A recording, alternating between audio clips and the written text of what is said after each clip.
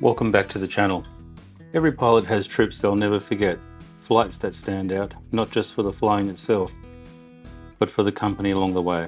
This one was special. LOS gave me the opportunity to ferry a BK117 helicopter across Australia, from Newman in Western Australia all the way to Sydney. And for once I wasn't making the journey alone. My wife Sandy came with me. It turned out to be more than just a delivery flight. It was a chance to share my world under the rotor disc, and for her to see firsthand what aviation life is all about. Over the course of thousands of kilometres across deserts, coastlines, farmlands and cities, she stepped into the rhythm of flying life. The early starts, the fuel planning, the weather calls, the constant hum of the machine, and the little moments between it that make it all worthwhile. So if you're loving what you're seeing and liking what I'm saying, please like and subscribe.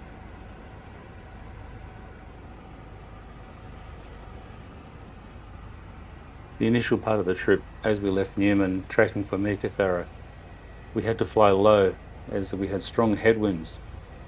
Now this is okay, we just kept it above 500 feet as long as we could, and as we got towards Meekatharra, we were able to climb a little higher.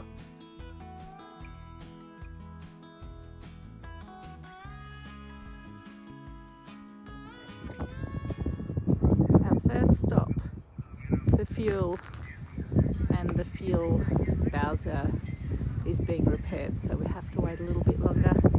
That's the airport.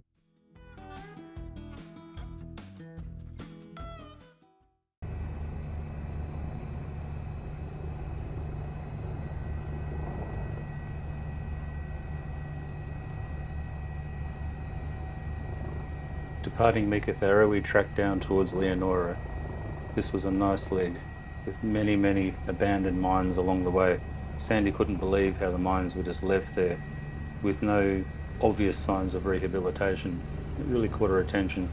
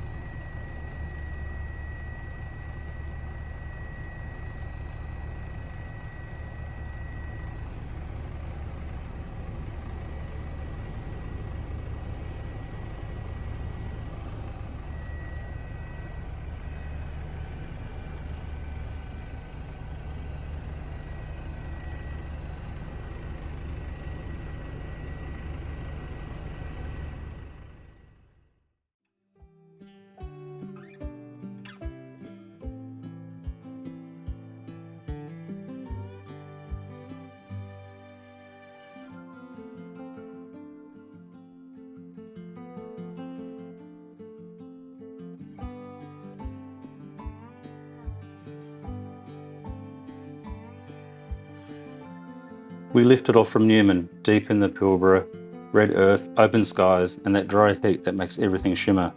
Leaving Newman is always special, the town tucked amongst the mines, surrounded by desert, with sheer scale of the outback spreading out in every direction. Sandy had seen Newman from the ground, but never from the air. Now she was strapped in beside me, headset on, watching the Pilbara stretch out like an endless canvas. Our first leg took us down to Kalgoorlie. For pilots, Cal is an old favourite, steeped in mining history with its wide streets, goldfields heritage. For Sandy, it was her first taste of what these trips are really like. The balance of long flying hours, then quick refuel, and the quiet satisfaction of ticking off another leg. The desert below us was stark, yet beautiful, and I could see her beginning to understand why pilots love this part of the world.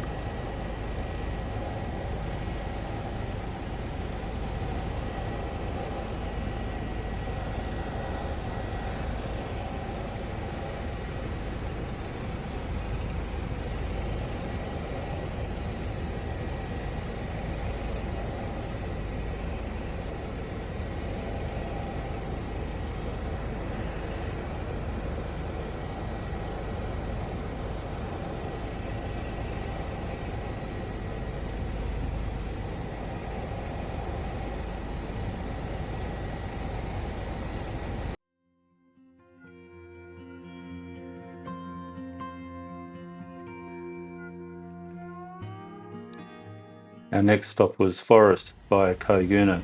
From the cockpit, Caiguna appears almost like a pinprick on the vast canvas of the Nullarbor. The Eyre Highway slices through the landscape in a straight, unwavering line, and one of the longest stretches of dead straight road in the world, over 140 kilometres without a single bend. From above, it looks almost surreal, a ruler's edge drawn across a flat, endless plain. The countryside itself is harsh and stark, yet beautiful in its own right. Low scrub and saltbush dominate the ground, broken only by patches of pale limestone and the occasional dry lake bed shimmering in the sunlight. The colours are muted, greys, browns, dusty greens, but they shift with the angle of the light, giving the land a subtle texture that's easy to miss from the ground. Looking further out, the sheer emptiness defies the view. There are no towns, no farms, just a vast expanse of scrubland stretching in every direction. The horizon is a straight line, unbroken, making the sky itself feel enormous. To the north, the country begins to roll slightly, while to the south, the land leans towards the coast, where the Great Australian Bights cliffs cut a dramatic edge into the continent. Caiguna Roadhouse itself is a tiny dot along the highway. Fuel pumps, a couple of buildings, and a scattering of trucks and cars pulled up. From the air, it looks improbable, almost fragile, sitting alone in the middle of one of the world's great empty spaces. Yet for pilots, just as for travellers on the ground, it's a welcome landmark, a place of fuel, food, and human company before the road or sky stretches empty once again.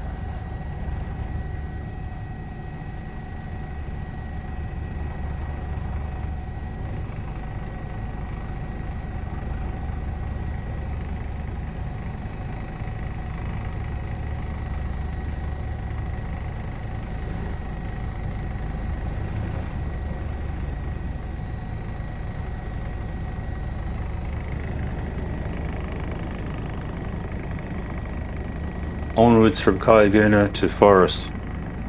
Forrest is one of those places that feels frozen in time, just a tiny settlement, with one of the oldest operating hangars in Australia dating back to 1926. For most people, it would seem empty, a speck in the middle of nowhere. For us, it was a stop rich with history. We shut down beside the hangar and Sandy stepped into silence, broken only by wind and the crunch of gravel underfoot. She was struck by the pepper trees shading the shack-like terminal, the red geraniums blooming in the little waiting area. Such small details, but here they are, stand out as symbols of care and resilience. She told me later it was one of her favourite stops. I've always loved Forrest, but seeing it through her eyes gave it new meaning.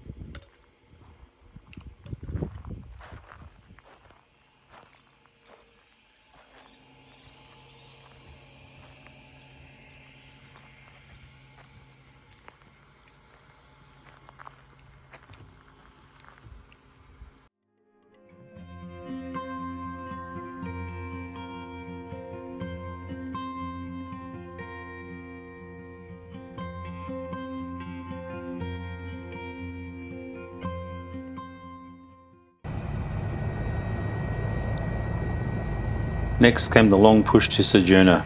Flying across the edge of the Nullarbor is a unique experience. Vast, flat and unforgiving.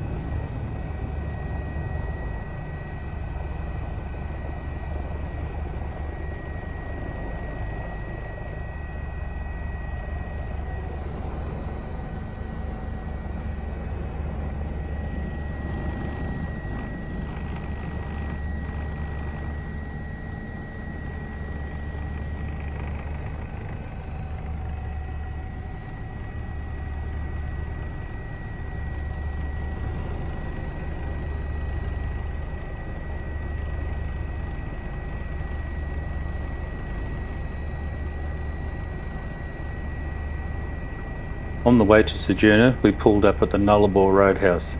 Again, another roadhouse in the middle of nowhere, where the people are just so welcoming and nice, and they were so happy to get the fuel out for us and help me load the fuel into the aircraft. Really nice people, so thanks very much all the guys at the Nullarbor Roadhouse.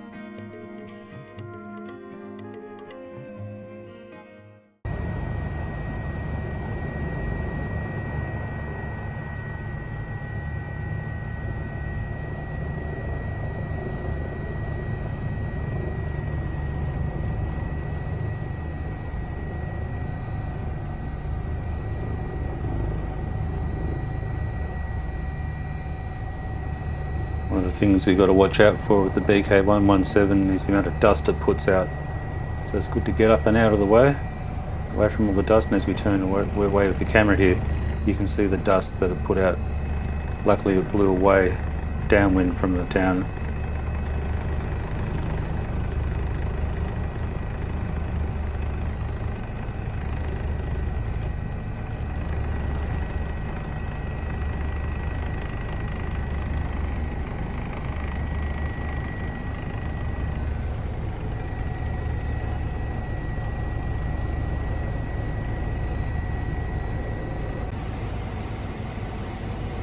Out the window, the Great Australian Bight revealed its rugged cliffs and wild coastline before melting back into the endless plains.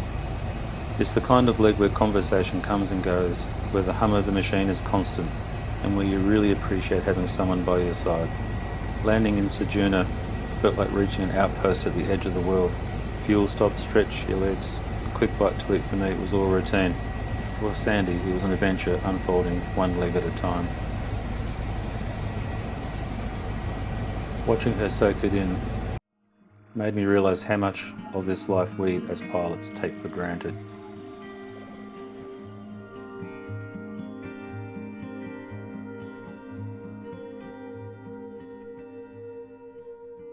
We were lucky enough to see some southern right whales. They're so small from the air, but close they're really big. So yeah, very lucky to see some nice whales.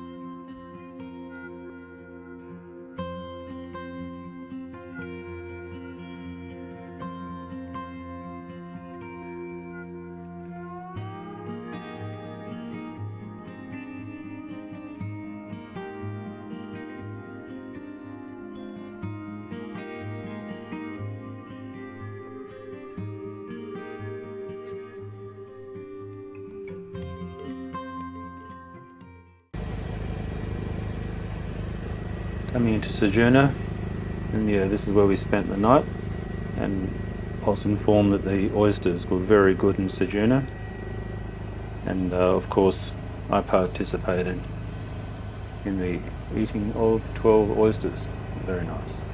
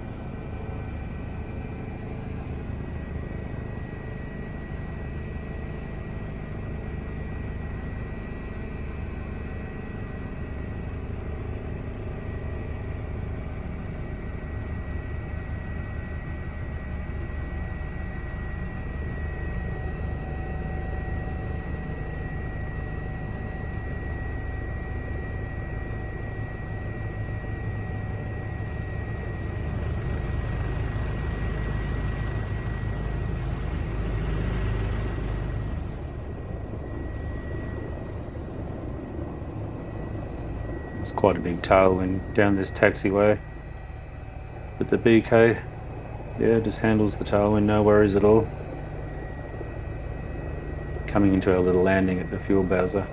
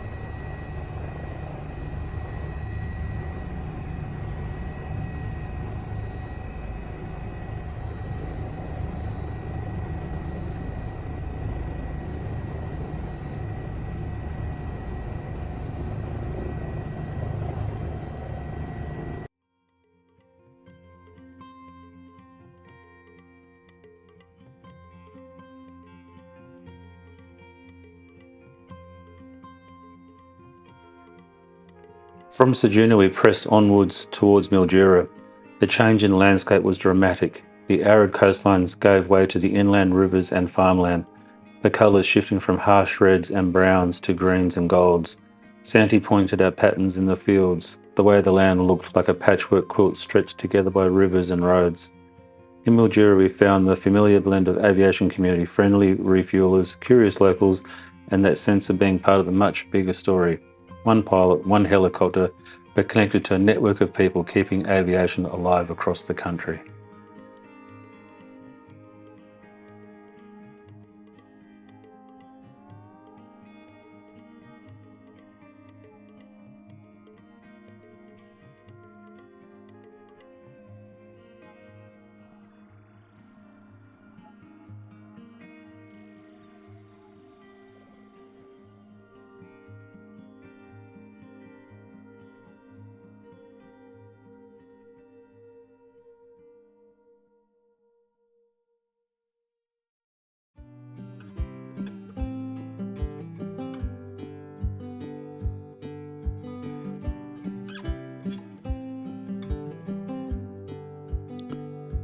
Griffith to Bathurst brought us closer to the familiar East Coast ranges. The flat farmland gave way to the rolling hills and winding rivers. The change in geography mirrored the change in mood. From the wide open emptiness of the Nullarbor to the textures and contours of settled country. Bathurst itself, famous for its racetrack, welcomed us with its own energy. By this point, Sandy wasn't just a passenger, she was part of the journey. She'd seen the challenges, the repetition, the decision-making, and the little joys that come with each safe arrival. For me, it was incredible to watch her transformation from an outsider looking in to someone who understood that aviation lifestyle at a deeper level.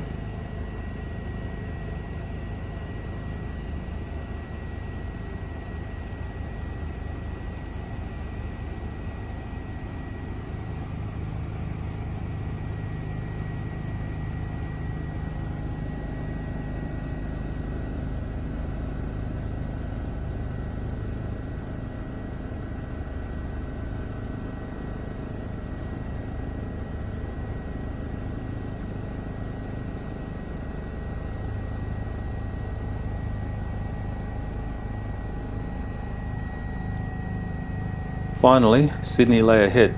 As we tracked towards Bankstown, the sprawl of the city unfolded, a striking contrast to the emptiness we'd crossed days earlier. The familiar buzz of controlled airspace, radio calls, and the busyness of Sydney skies was a world away from the silence of Forrest to Ceduna. Touching down at Bankstown marked the end of a journey. But not just for me, the end of a ferry flight. For Sandy, it was the completion of an adventure across the continent. For me, it was a reminder that when we share a world with our partners, it strengthens not just our relationships, but our industry as a whole. She saw the demands, the discipline, the beauty, and the responsibility, and she came away with a deeper respect for what aviation requires.